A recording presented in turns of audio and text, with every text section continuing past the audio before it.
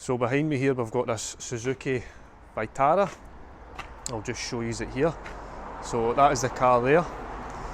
And the customer complaint with this one is it's a crank no start. Now this is at one of your trade customers. I hope you'll be able to hear me because it's a busy road. It's just an absolute nightmare trying to get recording stuff because there's buses and everything passing. So, but anyway, so we've attended this at one of your trade customers. The concern is it became a crank no start. They were driving on the motorway and the car cut out. So they got it recovered back to the garage, and that's where we are. So they've obviously checked all the obvious things, fuses and all that, they've been checked. Glove box is out at the minute.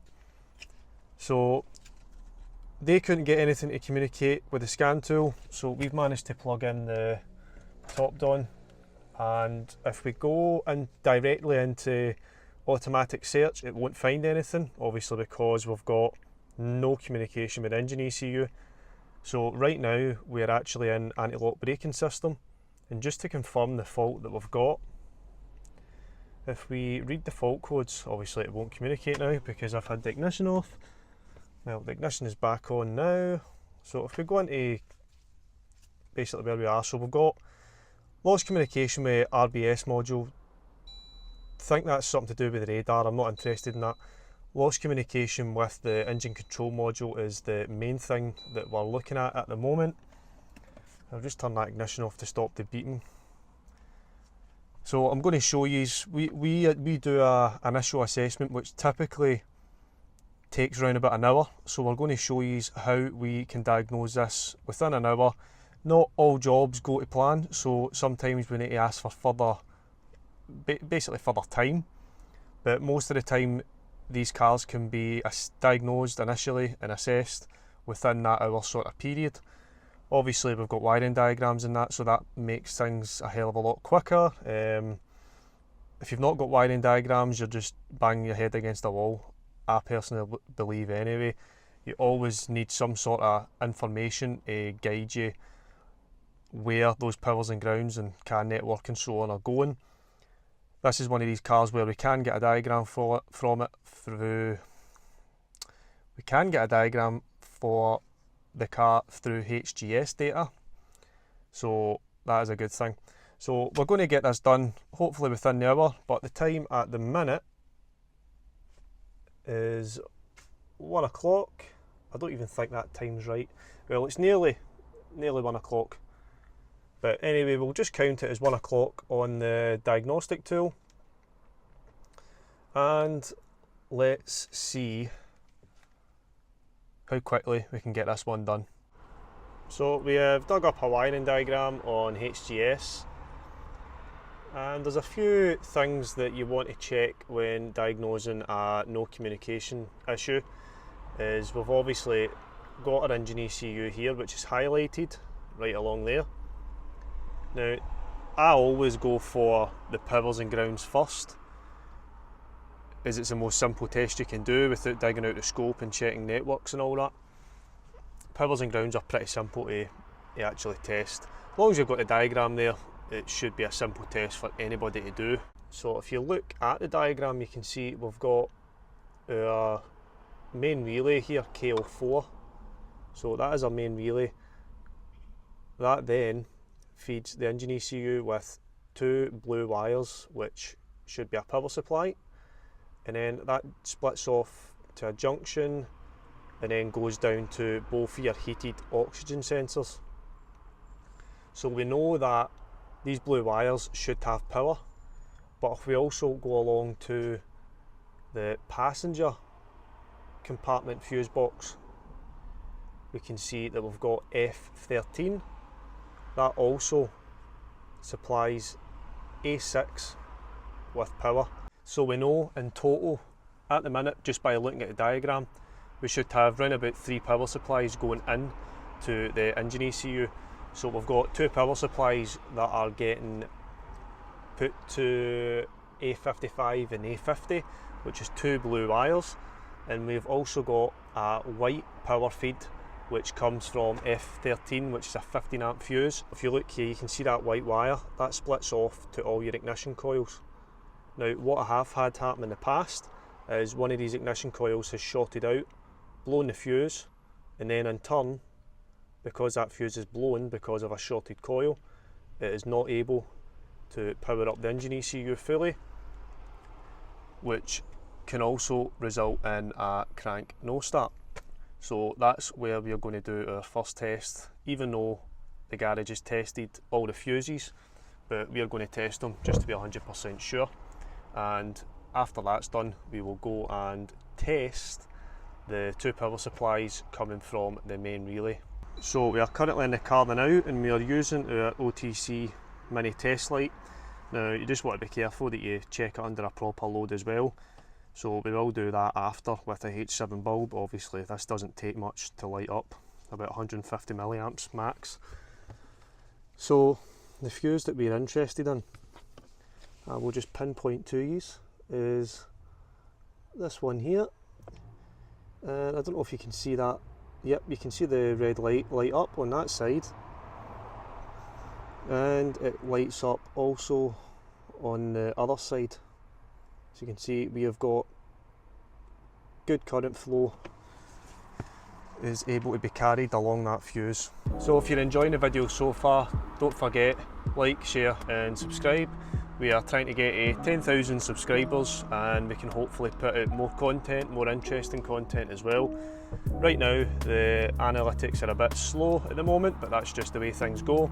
But if you can share this video, that would be awesome. So let's move on to the next step. So I'll zoom these in. Right now we are focusing on the two power supplies going into A55 and A50. So if we can check if there's any current flow going through that with the H7 bulb, that will confirm that there is power getting to the engine ECU.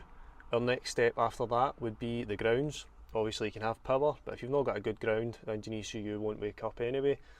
So that's our next step. We're going to check those two blue wires with the H7 bulb. If they don't light up, then we can say that the fault is further back, and we'll be looking at the KL4 relay just to be sure if that is the actual cause. If not, then the fault might even be further back than that. So these two blue wires are easily accessible. You can see they're right here, and they go into the first two pins. So I'm going to try and hold the camera as well as show you what we're actually doing. So if I just go in, obviously the ignition's on as well. You need the ignition on for this test. So if I just go into this pin, we've got nothing, and if I go into the other one, you can see it's sitting in there at the minute. We've got everything connected up, so if there was power going into that connector, that bulb should be lighting up nice and bright. So even better, we can confirm that the fault is further back and the engine ECU is more than likely okay. So time wise right now we're sitting at 23 minutes past 1. I'm going to add another 8 minutes or so onto that, so we're sitting at around about 1:30, so we're half an hour into our initial assessment. The reason I'm adding that time is because obviously I had to connect up the personal hotspot and sign into HGS for the diagrams, so that's added on time to the actual assessment period. So next thing we're going to be checking is, we've only got two things left on this diagram. We've got a relay, which is our main relay, KO4, or we have got an F54, which is a 20 amp fuse. That 20 amp fuse supplies the coil sided relay, which then obviously runs down to your engine ECU. The engine ECU then should ground that out if everything is good, but in this case it's not. So I'll show you the diagram quickly, just explain it a bit better. So you can see there, that's our KO4 relay, and we've got a 20 amp fuse, which is F54. Now that fuse obviously supplies that relay with power, so if that relay was switching over, that then should be supplying power to these blue wires, and also K49, which is our fuel pump relay. So our main thing right now is we're just looking at that fuse and relay just to make sure both of them are good. If both of them are good, then we're obviously going to need to do some more digging, but it's got to be one of those two. It's unlikely to be network wiring. If it was, if in the case that we did have power coming into that engine ECU and all your pillars and grounds were good, we would then look at the oscilloscope, getting that dug out and checking the network to the actual engine ECU just to be 100% sure. But the fact that we've got no power, the engine ECU is not online, the network's not going to be good anyway.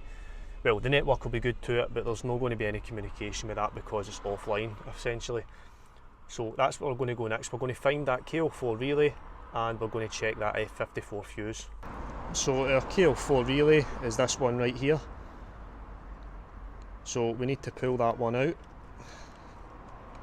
Easier said than done. I'll pull that out off camera. In fact, I might be able to get it with these pliers. So that is the relay out at the minute. So we're just going to be testing for our powers and all that at the actual relay itself, just to confirm. So you can see we've got a power supply right there, which is good, and we've also got our other power supply which comes in, which ticks off everything on the diagram at the minute. So you can see our power supply coming from F54. So there is two power supplies outputting from there. So this just might be a bad relay. So the easiest thing to do now is just to swap this relay. One thing we can swap it with is the fog light relay, which is number K12. So if we switch that round,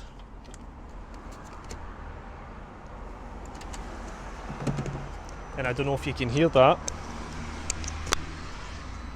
but you might be able to hear that engine if I just put it close to the engine.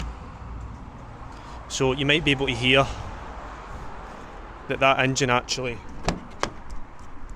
started powering up there just with the actuators alone.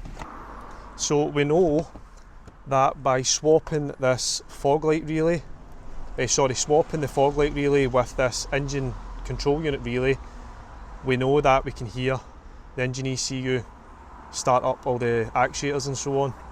So that kind of tells us that the issue was just a bad relay. And just to be 110% sure, we are going to check if we've got any communication back to the actual engine ECU. So we'll just completely go out of this make and model, because beforehand it would not read the VIN number, and on these, when you automatically search, it is looking for the VIN number coming from the engine ECU. So what I'll do is I'll spin these around.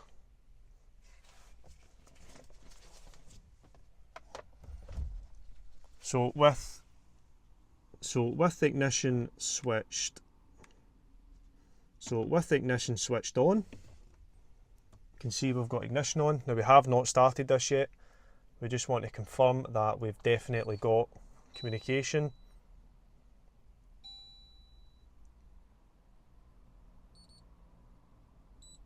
So let us see if we can automatically search this Suzuki Swift. Well, there we go. So it's actually got the VIN number straight away there. So we'll just click on Other, click OK, and we'll do a high-speed scan. And you can see our engine ECU is back online. Now you can always say, well, why did you not just go to the engine relay or engine ECU main relay straight away? Well, that's what you pay an initial assessment for.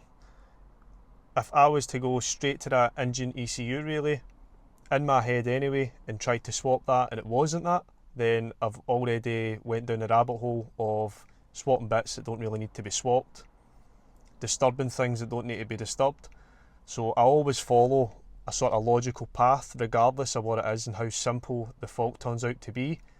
At the end of the day, a fix is a fix, whether it's just a relay or just a broken wire.